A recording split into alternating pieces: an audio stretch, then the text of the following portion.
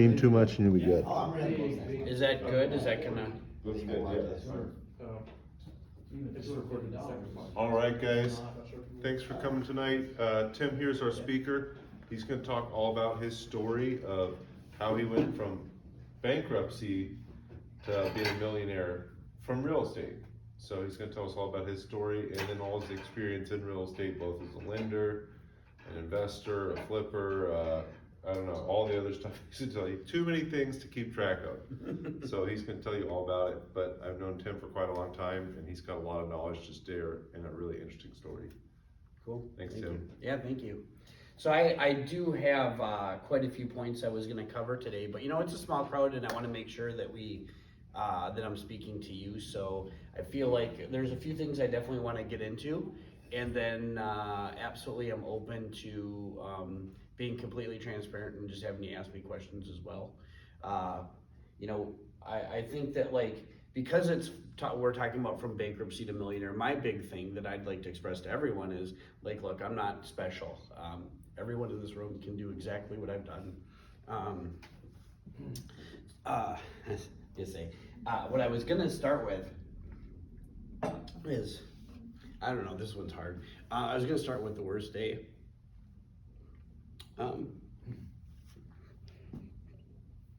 Yeah, that's probably. Bankruptcy can be hard, right? It took me, after that happened, it probably took me somewhere around 4 years to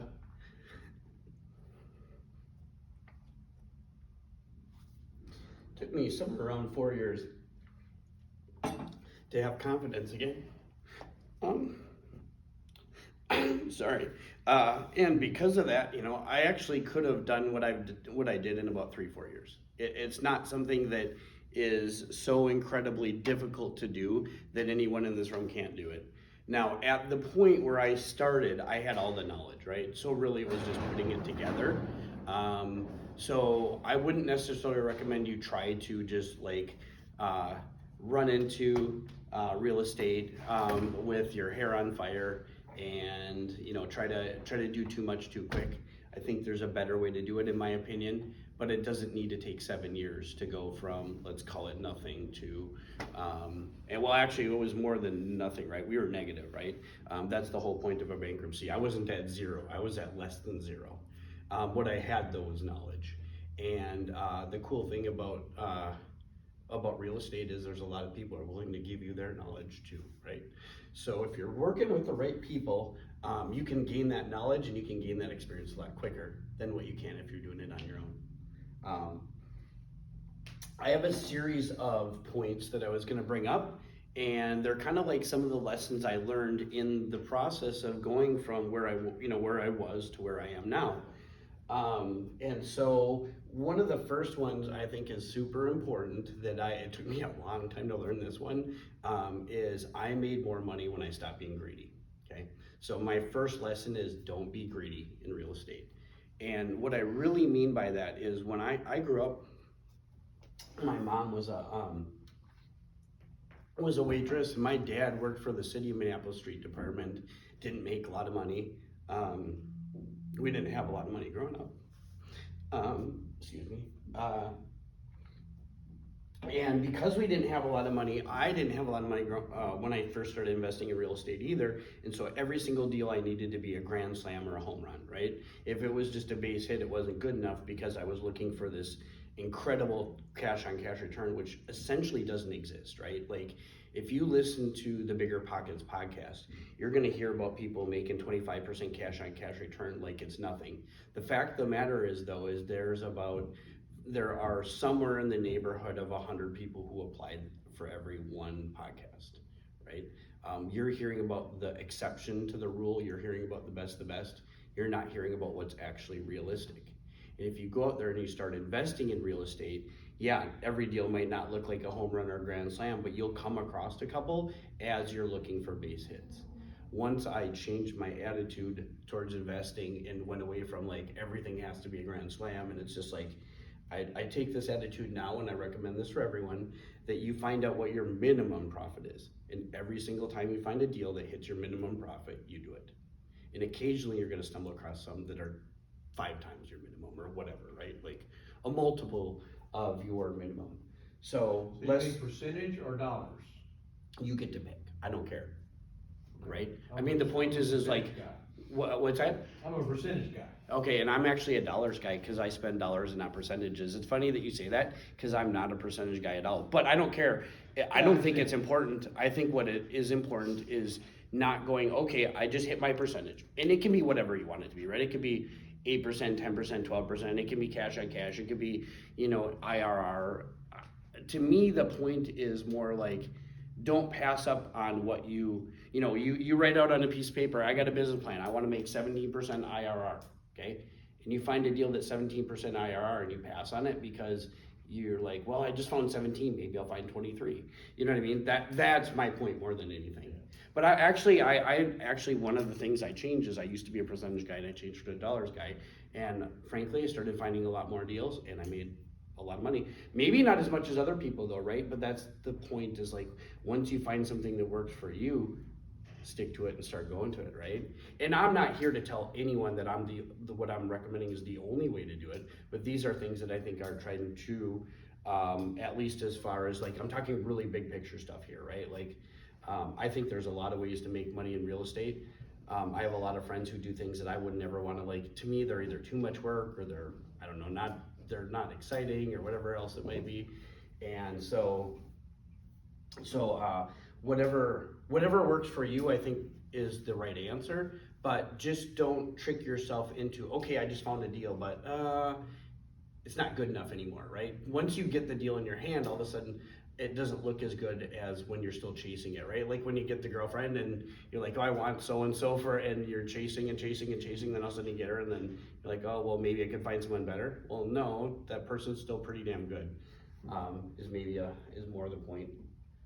So lesson number 1, don't be greedy. I recommend, looking for, when you find a base hit, take it. And what happens, it's funny, Jordan actually I was a benefactor of this. Jordan knew I was a buyer, right? And one day he found more than a base hit. He probably found a triple, right? And in a property in Northeast Minneapolis, a duplex. And he brought it to me because he knew I was a buyer. And that's what starts to happen when you start buying real estate and you prove that you're easy to work with and that you'll close on deals and you won't cause problems. People start bringing you deals, I mean, these are small numbers, but in the last roughly 6 weeks, I've bought 2 properties $100,000 or less in Minneapolis. And we got those deals because the people who sold them to us knew we were buyers. They needed them sold quick, they needed them sold in cash, and they knew we would do it. And they knew we wouldn't cause hassle, right? So one of the things I thought was kind of interesting, now I was just kind of assuming that a lot of the crowd would be less experienced, and I know there's a couple of, pretty experienced people in the room. So this, I'm gonna start with this and we'll see if we wouldn't need to go off on a tangent, we can. But I think it's important to kind of understand there's kind of 3 elements when you invest. You need to be able to identify a proper investment, right? Like what makes for a good investment, right? That's one thing you need to know. Then you need to be able to find that investment in the real world, right? So for example, my spreadsheet says a good investment is A. Now, how do I find A in Austin, Texas, in the current market where prices are going up and interest rates are going up and, and rents aren't rising quite as quick as these other things and everything else, right? And the cost to remodel the place is a lot. So how do you find that? That's number 2. And then the third thing is you can find both those things, you still got to win the deal, right? I mean, we all can agree that it's super hard to actually get a contract accepted. So you have to do that. And I think my advice was kind of designed around some of those concepts today. So next part of it, next piece of advice I had was to come up with a plan and get good at it. And so what I mean is, so you're gonna need to figure out what it looks like a good property, right? And in order to do that, you're gonna have to kind of like look at the different types of investing that is out there, right? Meet people on Bigger Pockets, meet people on these meetups, talk to other investors and find it out, right? I was just listening to James back here, and he's got a bunch of different things that I'm not very experienced in, although I'm kind of familiar. someone should be talking to him, someone should be talking to about duplexes, right? Find out what the different investments are out there, and then find out what you like, and then stick to, especially when you're starting out, stick to one investment type, right? I'm currently working 2 different models right now, but I've been doing investing for over 20 years, so like none of this is new to me, right? It's just these are the paths I'm taking now. As you're starting out, take one, get good at it, and then you can move on. What does getting good at it mean? I think that for me, what part of this means is the better you get and the more focused you get on one investment type, you can reduce your variables. A good example, I'm from Minneapolis. Most of my investments are in Northeast Minneapolis, but we have a couple spread throughout the Twin Cities, okay?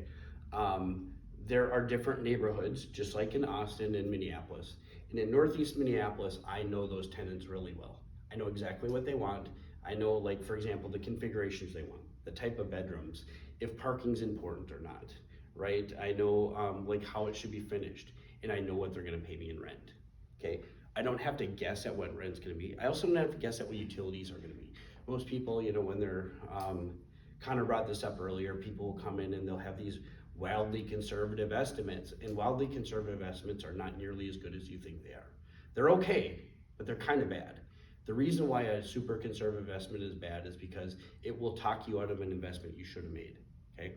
And that's just as bad, or it's slightly better than you know, not doing a deal at all, right? But if you end up like buying a investment that loses you money because you're optimistic, obviously that's a problem and that's a bad deal. But walking away from deals that you should deal is also a problem, because that's frankly how we made our money. That's how I got wealthy. I know Jordan has. So it's really important to get good at analyzing properties, and that is part of this whole plan thing. As you limit your scope and you say, I'm only gonna invest in East Austin, even though I know there's deals in South Austin and wherever else, I like this neighborhood. I like the Holly neighborhood. I only know that because I've been eating there, right? So I like the Holly neighborhood. I'm gonna figure it out. I know what people want. I know what I can pay. I know what rents are gonna be, and so forth. That limits a lot of your variables. That actually creates safety in your investment that you can't have when you're looking at, you know, South Austin, East Austin, this place, that place, and not all duplexes. I might do a single family. I might do a short-term rental. I might do this. I might do that. Get your plan figured out and work your plan, right? And there's a way to come up with your plan. I've got some ideas on that. Second thing is your plan might need to change, okay? So for me, I would say roughly I've had 4 major plans, maybe 5, actually 5, I didn't even think of this, because I never flipped until I just started flipping properties, okay? So I'm now on my 5th investing plan since I started investing, okay?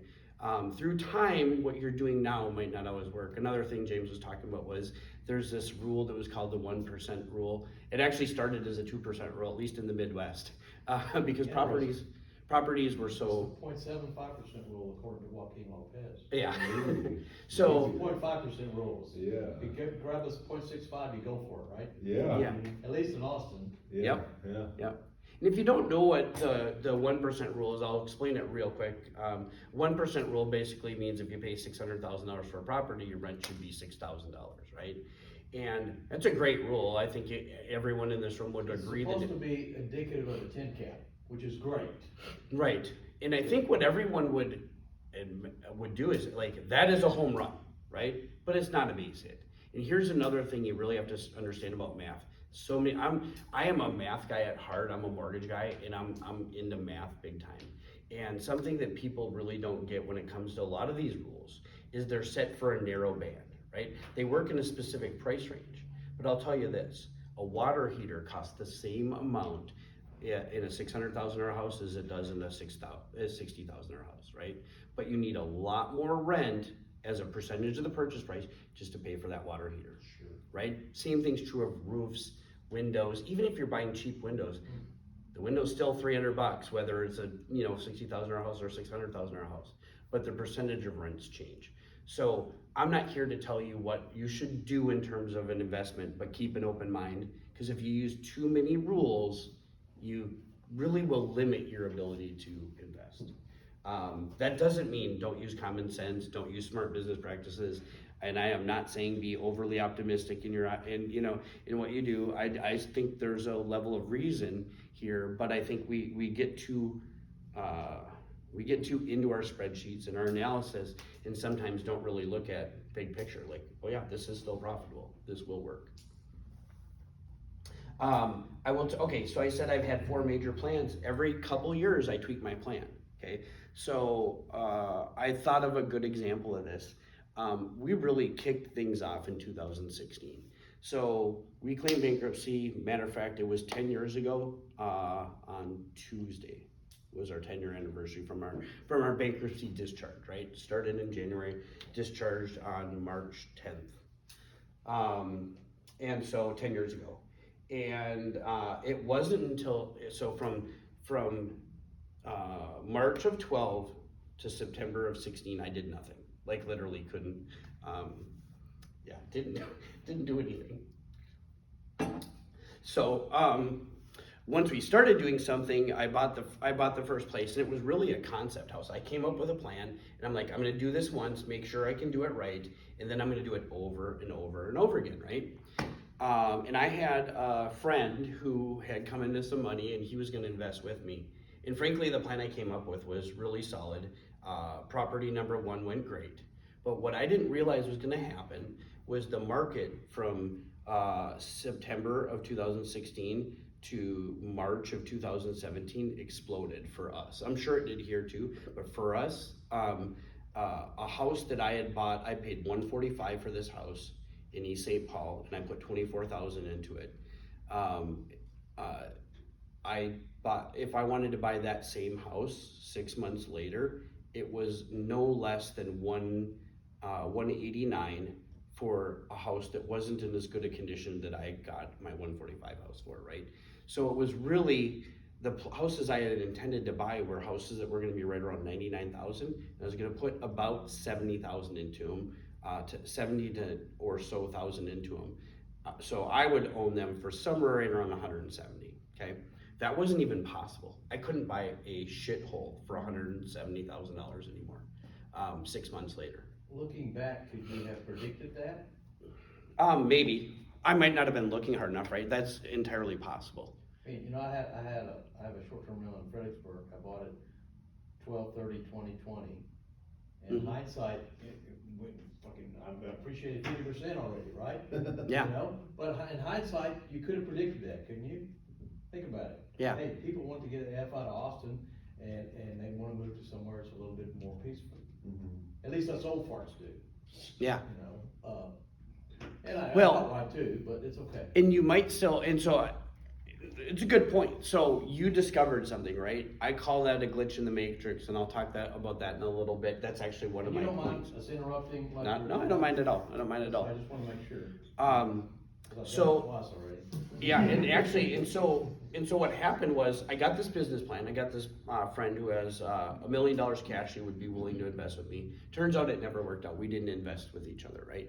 But I'd done all this analysis. We got to this point, and all of a sudden the market had shifted. My plan was not going to work anymore. I could have tried to force it, right?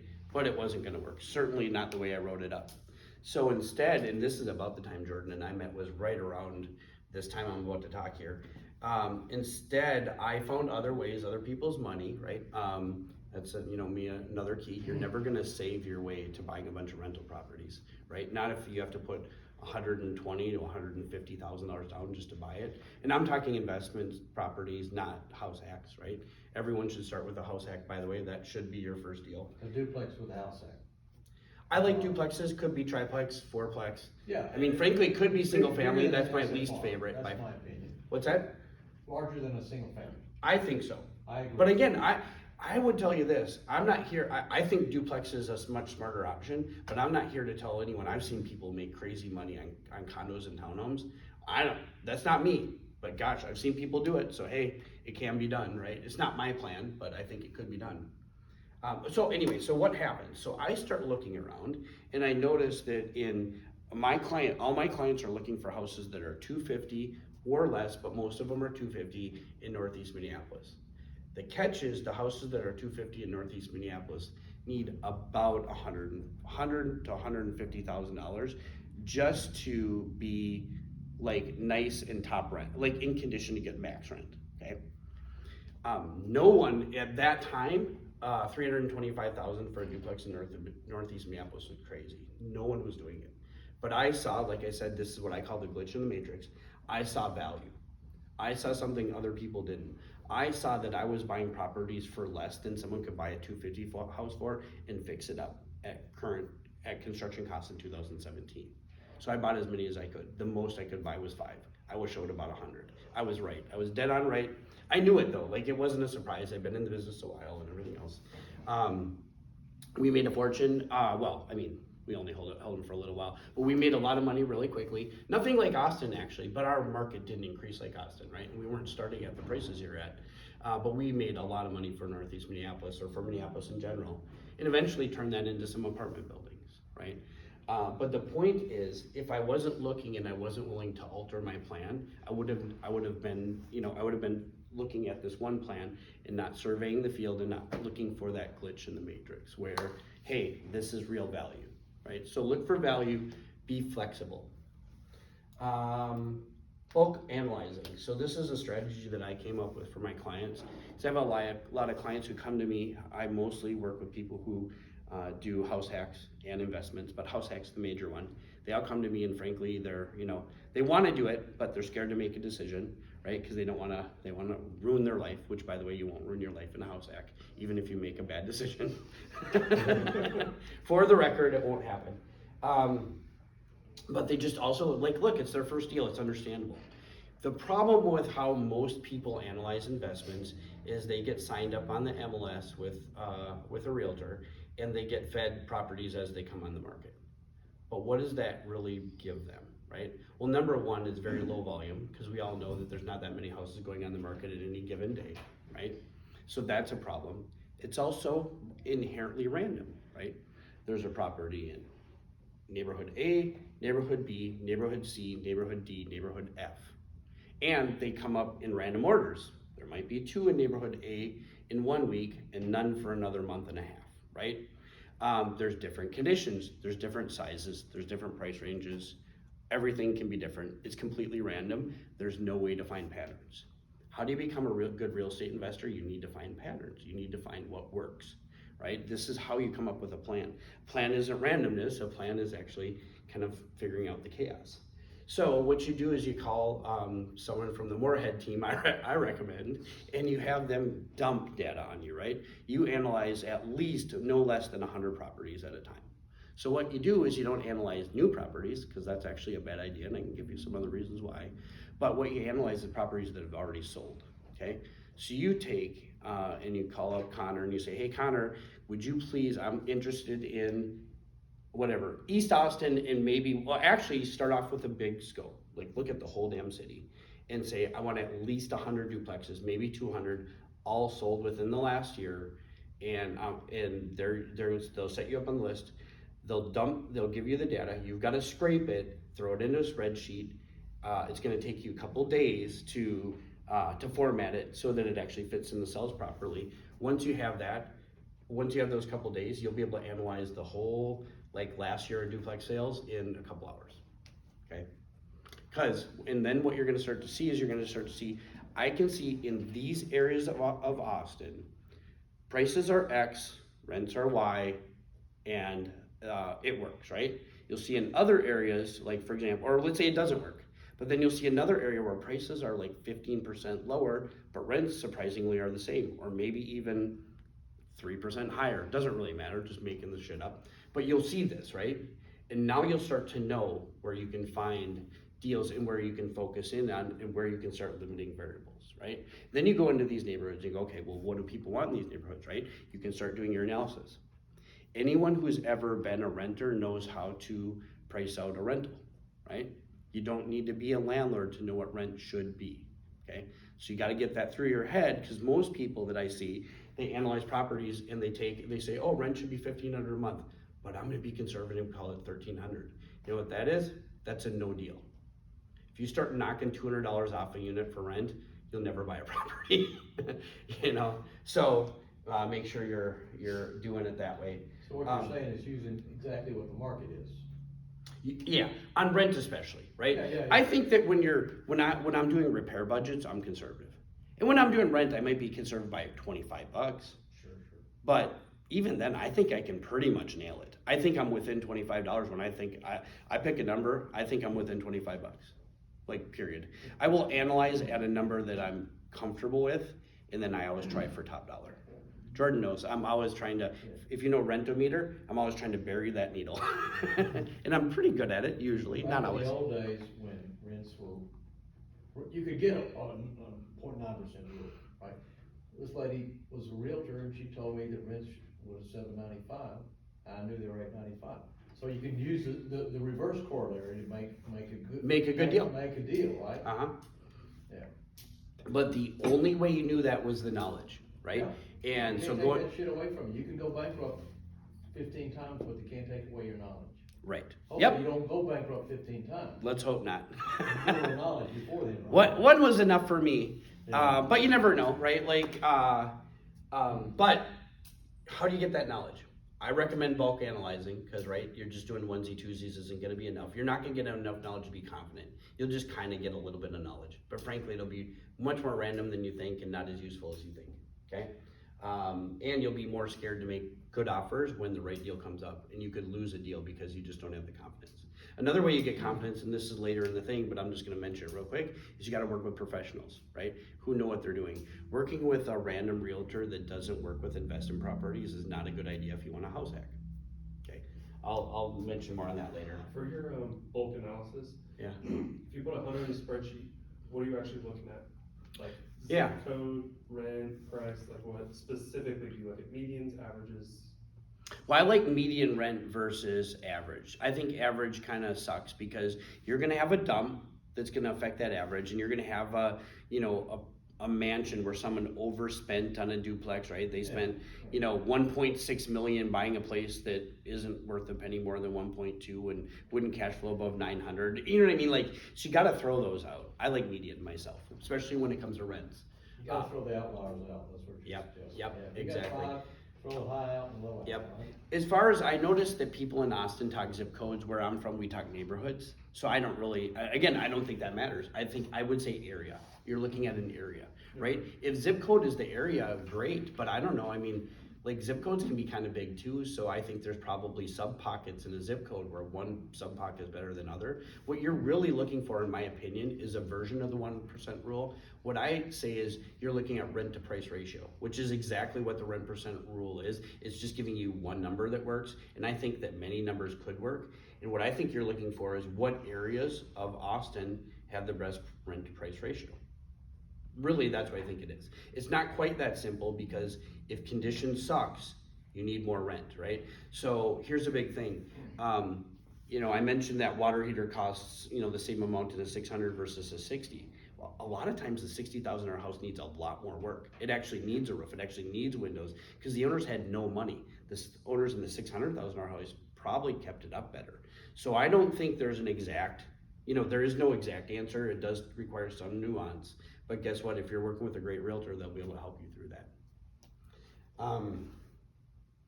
Okay. Okay. So this is a little bit of a tangent, but it's something I think stops people from making bad decisions. I say that you need to respect money and wealth, but you can't worship it, right? Excuse me. This is a little emotional for me sometimes. Partially because I'm quite, I have a lot of gratitude for where we're at now versus where we were.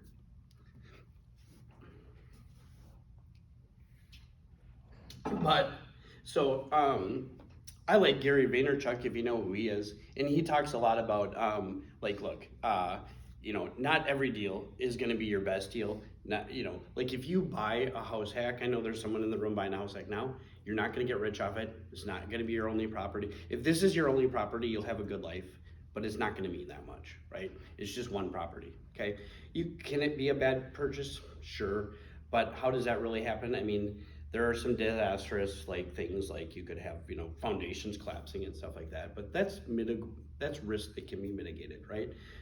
The fact of the matter is you're gonna need to pay rent or you're gonna need to like pay a mortgage. And if your mortgage after rent is less than you would be paying in rent, it's really up to you to manage it. I mean, it can still be messed up, but it's not that hard. It doesn't take a genius. So I think house hacking is particularly safe. But the fact of the matter is no one investment is gonna make or break you. I've had some bad ones, believe me. I actually had an investment that led us into bankruptcy where we did lose more than $250,000. I'll leave it at that. I never actually calculated out the full amount because I didn't want to know. But you know, it was the place, my business, that was the office building my business was in, and I owned a mortgage company during the crash, and that's what led to the bankruptcy, was the mortgage crash. But if you start to, and the reason why I put this in here is if you start to worship money or put too much importance on it, you actually will do you'll tend to do one of two things. You're either gonna make a really greedy decision, which then will lead you to not making as much money, like I mentioned, or you're going to be the opposite, and you're gonna be too conservative, right? And you'll never get a deal, or you'll always be scared, and you're gonna live in fear, and that sucks. Like, you know what I mean? So make sure that you don't worship money, okay? It's just a thing, really.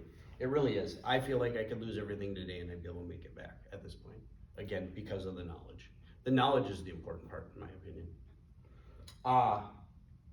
Don't focus on only one metric, okay? This is one that I see really common with almost every investor, but it's really big with newbies. Once you start really like getting experience in your investing career, I think you're gonna find that the way you analyze properties to start is actually preventing you from making real money, okay? For most people, what that means is they focus too much on cash flow. Now, when I say that, people get really upset in their heads because I think I know that everyone loves cash flow, and so do I. I've never bought a property that doesn't cash flow, and I don't plan on it, okay? That is not my point. But cash flow is not 99 to 100% of your profits, so it shouldn't be 99 to 100% of your decision, okay? It needs to be enough. I don't wanna get into a long conversation what's enough. I'm gonna leave that up to you to decide. But once it's enough, and it doesn't need to be any more, and you need to look at all the other aspects of the investment to decide whether it's a great investment or not, okay? I think this is a really easy sell in Austin because we all know Austin is just booming and you can make insane money on appreciation. And people will talk about speculation, and I think that's really misunderstood. I think there's a lot of things misunderstood in real estate. Speculation is, in my opinion, buying a property only so that it will cash flow and only so it'll appreciate, and either it makes no sense on the cash flow side or it actually loses money. Something like that, right? To me, that's speculation. But if you have a property that maintains itself, all of its expenses are paid, there's a little money left over for cash flow at the end of the month, and it's in an area like Austin that's booming like this, it's not speculative to realize that it's gonna keep going up. Now, it might not go up at like 20 to 30% or whatever the number is, but it's gonna go up, right? In fact, if we look at it, even if we look at Austin without the influx of people that it's getting, I think we can easily see that it would go up no matter what, because guess what? There's less houses being built than there are people being born, okay? There's a lot of reasons to think that even if we see a dip in the market at some point, that if you have enough cash flow, which I do say it's important, you have enough cash flow to ride out that dip, guess what? We actually had 3 properties that were worth less than they owed when we claimed bankruptcy. The courts let us keep those properties because it would have been worse on the banks for us to give them back. We were paying the payments because they cash flowed, right? They just weren't worth anything, okay? So fast forward, Jordan sold, I still own 2 of the 3 properties, but Jordan sold one of them. That property had been refinanced in 2016 to buy that example property I talked about. We took the cash out to buy that. Jordan sold that. That one we made $110 on the sale, and we made $14.40 a month for 2 years. It was completely redone. There were 0 maintenance costs. All we had were utility costs. So we had rent minus mortgage minus utilities, $14.40 a month. That's that property. The one that we actually sold, our first property, we cleared over $150. I don't remember exactly how much, and we were clearing another $1,400 on that a month. Okay. I almost forgot my point of why I said that. My point to that was, we made a lot of that money on appreciation, right? These properties we owned for a long time, or at least we bought one of them, right? The other one we just owned for a long time. And eventually they cash flowed like crazy, but they don't always cash flow like crazy when you start, right? Any thoughts or questions at all? Okay, so don't focus on only one metric. That includes interest rate, that includes PMI, that includes cash flow, okay? A big one I see right now is really important is the interest rate. A lot of people are freaking out about interest rates right now, right? But it's only one deal. I bet you James doesn't want to pay any more interest rate than he has to, but if he found a deal he could make $100,000 in the next 2 years, he'd pay 12%. I bet you would. No doubt about it. Right? I pay 15. There you go, right? I have, okay? I have. Back in 2017, the way I got 5 of those properties, 2 of them I borrowed $117,000 from my aunt. I paid her 12% interest. I made at least 110 on sale of those 2 properties, plus a small amount of cash flow each month. The cash flow was small because I was also paying her back on her loan. But yeah, I did it, right? And I'd do it again, okay?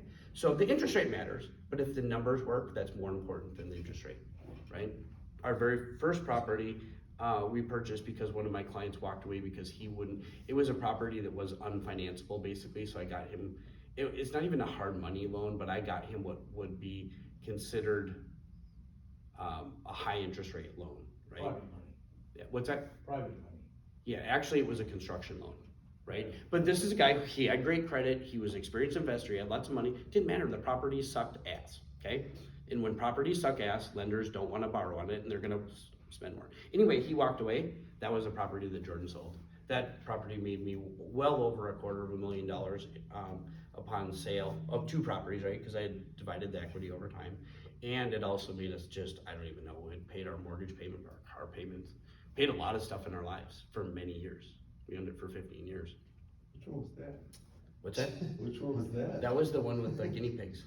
Oh. So when he sold without using you. Oh, the guinea pigs. No, it's actually the one in the Minneapolis house hacking, or not house hacking, but the Minneapolis, Twin Cities Real Estate Investing. yeah, Twin Cities Real Estate Investing I site. got brought in front of the board over those guinea pigs. Yeah. So, but that one I bought, I had a high interest rate too. I mean, just a fact of the matter, that was the deal, but guess what, we got it. One last thing I'll give you, my wife, because I think this is an important subject, people focus on the wrong things all the time. My wife bought a house in roughly 96. She got an FHA mortgage with mortgage insurance, and she had an interest rate of 9.05%. She walked away with a check with $101,000 after paying the realtors.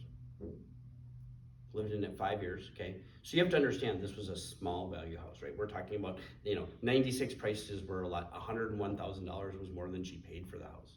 So she It doubled more than her double. money in 5 years. Way more than, well, not even close to double, right? Because she put 3.5% down. I actually do not remember what she paid for the house, it's been too long, right? House Like, price to house, if she paid cash for it, she doubled her money. if she paid cash, but she didn't, she levered leveraged it, she paid 3.5% or whatever. I think FHA was 2.25 back then, if I remember right, down, not Less even than 3. 5%. So, interest rate matters, but it doesn't matter nearly as much as you think. PMI matters, but you should get it whenever you can, no matter what. I bet you James thinks I'm wrong, but I could prove that I'm right. I'm sorry, I'm not picking on you, you're a smart dude, That's okay. but I'm just saying, like, let's put it this way. If I could get 3.5% down on investment properties and pay mortgage insurance, I'd be on a yacht with all of y'all right now. Okay, it's the most powerful thing you can do. That's one of the things that makes house hacking so great. Okay, so so here's another thing. Do yourself a favor and learn and get good at investing before you start scaling. I think that people try to scale too quickly and it's a big problem, right? So if you take jet fuel or racing fuel and you put it in a nice souped up fast car and you go tearing down the road, you're gonna go fast. You're gonna go faster with racing fuel than you will with regular octane fuel.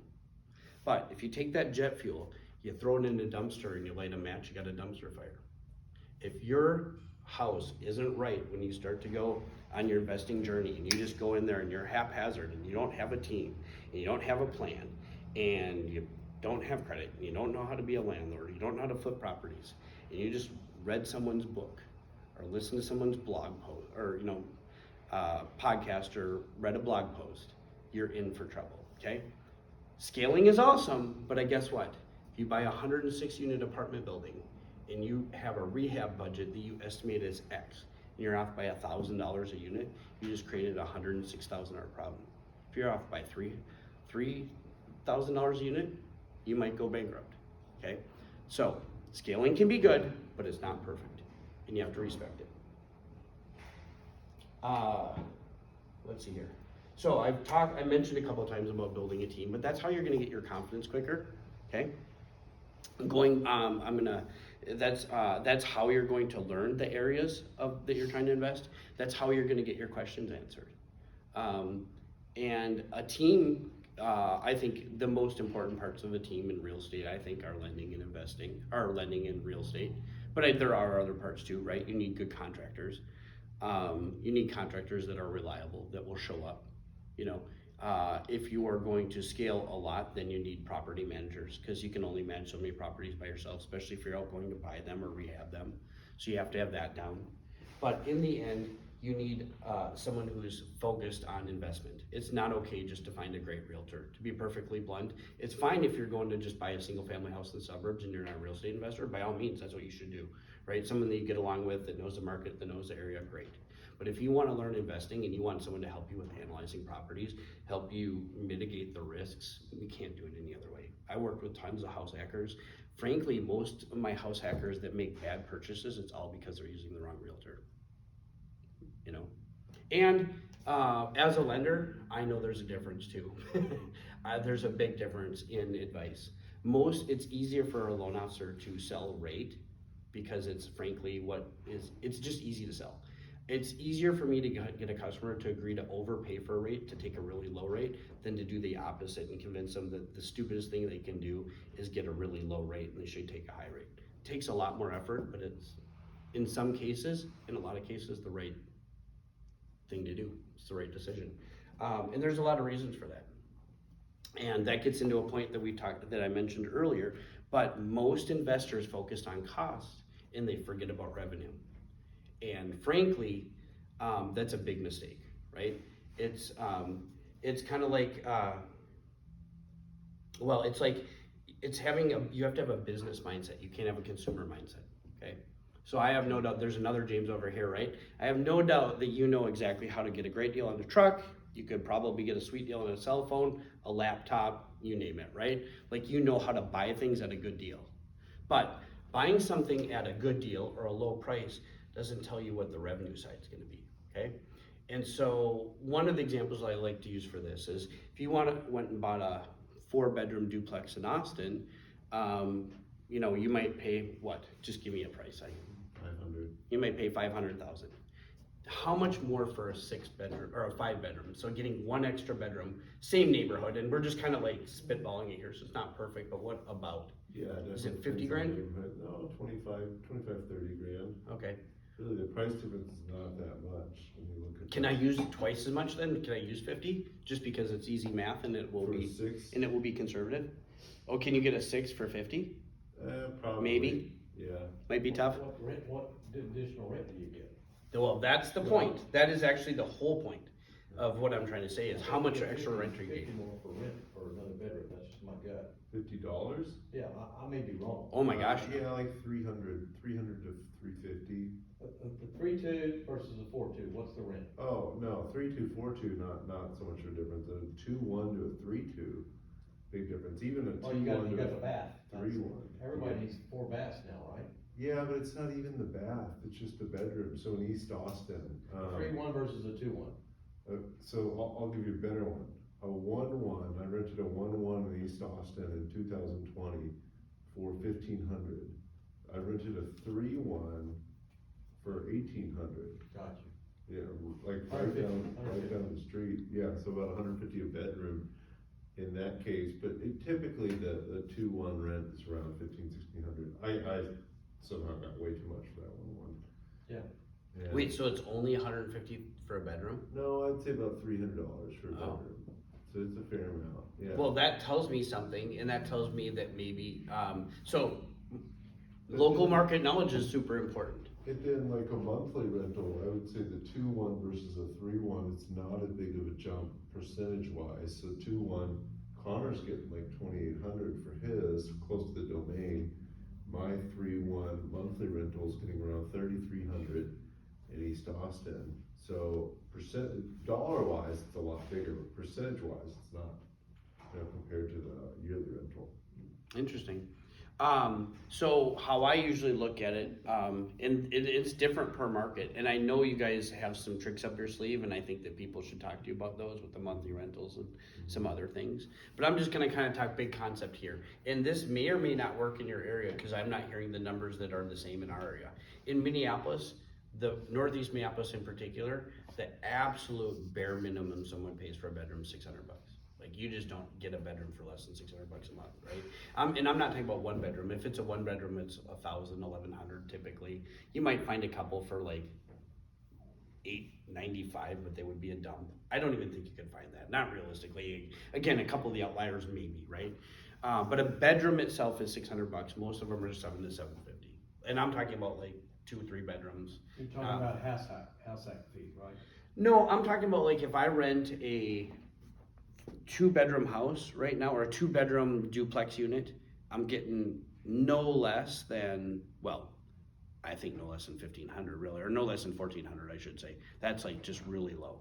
But if I add an extra bedroom, I just signed some for $2,100 for a 3-bedroom. So I'm getting, and these are long-term rental. Buy 2 bedrooms, 1 bath, and put a bedroom on every house. Yeah. Right.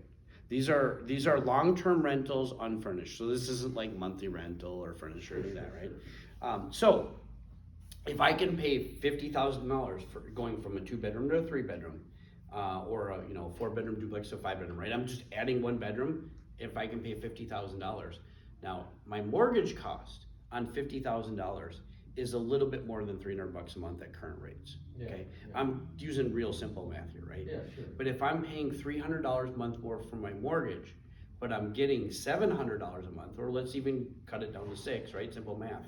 I'm making $300 more. I actually cash flow more on the bigger property. And you're doubling your cash flow. That's where I say you have to learn to analyze properties, right? You have to learn what's important, and revenue is just as important as cost. I am not here to say cost isn't important, but you all think cost is more important than it actually is, right? So I'm really just trying to break down a barrier. Cost is still important, but not that important, okay? If you can find, you know what else is cool about that 5-bedroom house? It's actually a higher value. Do you know what that means? And this is where percentages do matter, okay? You make more in dollars on a $500,000 house than you do on a $250,000 house. You actually make double the dollars. You also lose more. You lose more if you can't pay your bill. Right. So you have a little bit more risk, but we have to think about how much more risk. Marginally, it's only $300 more in this particular example, right? Yeah. But it is more. I'll agree with that. You also have a slightly larger down payment, but guess what else you have? You have higher appreciation, you have higher cash flow, you have higher tax deduction, you also have higher tenant pay down. Now here's another big myth. Most people don't realize this, but it's because when this first came out, people were doing their math on napkins, or maybe not even that good, right? Eventually we got calculators, now we have computers. The fact of the matter is, if you just buy a $300,000 house and you put FHA 3.5% down, your first year you're gonna pay down $6,600. By year 3, you're over $7,000, and over a 7-year period, you're gonna pay down more than $49,000. Okay, it's not crazy money. But this is where I got into is at Kenton, where I was saying your first deal isn't gonna make you rich. It's not, but if you get 10 of them, just paying at $300,000, which I know is not realistic in Austin, but that's the math I have memorized. Okay, 10 of them is gonna pay you down $500,000 over that 10-year period. Okay, just $300,000 properties. That's if you do nothing but pay your mortgage on time. See, here's another thing that investors like to think. They think cash flow is guaranteed, but it's not. You actually have to be a good landlord. You actually have to have proper market conditions. You actually have to have, you have to treat clients properly. You have to manage your expenses, right? And you have to do many other things right, including just be there rather than at your softball game when you need to actually rent a property, right? You actually have to make it a priority. But you know what you don't have to have any skill for? You can even set it up on auto pay, paying your payment. Super simple. And if you don't pay your payment, you're gonna lose anyway. So that's guaranteed money, okay? But people they ignore it. They think it doesn't exist. It's a bonus. It's actually not a bonus. It's real money. And if you're not analyzing your properties with that, you're making a mistake. Okay, I think you need to know your market. We kind of talked about this, so I'm not gonna go real deep into it but knowing your local market, using a realtor is super important. And also knowing your market is important because you need to know the competition level, right? I think I kind of know what's going on in Austin, but the Moorhead team knows more. You need to know what it takes to win. That includes how much over you have to offer. Guess what? When you bulk analyze it, you can tell. Here's what they listed at, here's what it sold at. What percentage over asking price is it on average in the Holly neighborhood versus the South Austin versus blah, versus blah, versus blah, right? Not that hard, pretty simple. But you have to do it the right way, which is bulk analyzing. Yeah, okay, and I had mentioned be a businessman. Think like a businessman, not a consumer. I'll leave you with this when we're talking about thinking like a businessman and not a consumer. Not everything is about price. You know how I know that? They don't build houses with shovels and hammers, okay? If they did, it would be a lot cheaper. You know why? Because a hammer is free compared to an excavator. Excavator, I don't even know what they cost, but I know they're at least $100,000 more than they're probably $250,000 more than a shovel, okay? But guess what builders use? They use the right tool. Sometimes a more expensive mortgage, or more expensive property, or more expensive this, or mortgage insurance is actually gonna make you more money, okay? It might not, there's plenty of times where it doesn't, but I'm just saying you need to look at the big picture and keep an open mind and stop thinking like a consumer. So kind of to recap, I did break this down. If you've everyone here seen The Karate Kid, I just gave you all the little pieces you need now to go back to that formula. You now know how to identify investment property, what skills you need, right? You need to not be too greedy. When you need to figure out what your right deal is, and once you find it, you need to move on it, okay? You also need to get into bulk analyzing so you can find that glitch in the matrix, right? So you can know the market and be confident in it. Because if you don't know the market and you're not confident in it, I don't even think you're gonna probably make a bad decision if you have the right team in mind, but you won't be confident in it. You're probably gonna lose out on a couple great properties before you make the right offer that you need to, okay? Finding an investment opportunity, okay? This I think has a lot to do with coming up with that focus plan, right? You're not gonna find the investment opportunity if you don't have the plan. If you're doing random shit, you'll get lucky maybe, but if you don't have an actual plan and go, hey, this is my plan, or this is what I think I wanna do, shoot holes in my plan, you come up with that plan, then you go work it, okay? And work it doesn't mean making 3 offers. It could mean making 3. It could also be making a dozen. If you're not willing to go through the work and put in the work, you're not gonna make the money, right? There's times where I don't watch TV, I don't get to go golf, I don't get to do the things I like to do because I'm out buying properties, right? You need to work it, and you need to realize there's gonna be some frustrating days, and you just gotta get through them, right? Just like football practice or anything else, right? There's days where you hated it, but you still love the games, same thing. Let's see here. Make sure you're altering your plan as needed, right? This is part of finding your investment opportunity. If you buy a house in 2016 and you want to do it again in 2017, but that house doesn't exist anymore, that plan won't work, you need to alter, right? That's all part of finding the right property. Or if you come across something, you're like, this was my plan, and I hate shiny objects, but this was my plan, but I just noticed this. That's okay to switch, right? But then get that plan, right? And stick with it. Sorry, move screens. And then the last one with finding the investment opportunity, this is the important one. Use your team's expertise, right? That's how you're gonna find the right one, right? This is mostly about realtors, but I think a great investment lender can also help in this area. But this is really about leveraging the experience of your team and also networking with other people in the room and investors in the area, okay? Lastly, winning the deal. This has to do with the 2 things. This is really, I think, very important. This is the real estate team we work with. Other realtors know when they're working with a bad realtor on the other side. They can sniff it out, and they will not want to take that deal if they can help it, right? Working with the right people, they'll structure it right, they'll communicate properly, they'll be confident, and so it's really important to use the right team that is investment focused. And that includes your lender, right? I think a lot of people think that they take lenders for granted. When I talk to a realtor about house hacking, they know I know what I'm talking about, right? The lender, when I call the seller's agent and I tell them, when we start talking about a deal, they know that I probably know more about real estate investing than they do. I don't rub it in, but they know I know what I'm talking about, if you know what I mean. And they know I'll get the job done. And that matters sometimes. Doesn't always matter. You offer a shit price, nothing's gonna help that, right? But if you work with a great team and you offer a good price and you have good terms, that's how you win deals. The other way you get the properties, you need to know the market, right? If you think you're gonna get money off on a Austin duplex right now, you're probably wrong, right? Unless the thing's already been overpriced. Well, one other way you can know the market is you can go, oh, I'm gonna look for overpriced properties that have been on the market 3 to 4 months. Because in Austin, if it's been on the market 3 to 4 months, no one's looking at it, right? If no one's looking at it, those buyers or those sellers are starting to get scared, and they might actually be willing to work your terms. If you don't have enough money for closing costs, for example, you have to know yourself as well. So let's say this, I don't know this is true about it, but let's say Devin's going to buy a property and he has enough for down payment, but he simply doesn't have enough for down payment and closing costs. That's fine, that sucks for him, it's gonna be really hard. But it's super hard if all he does is looks at new properties that just went on the market yesterday. It's not nearly as hard as if he looks at properties that are 120 days old. Okay?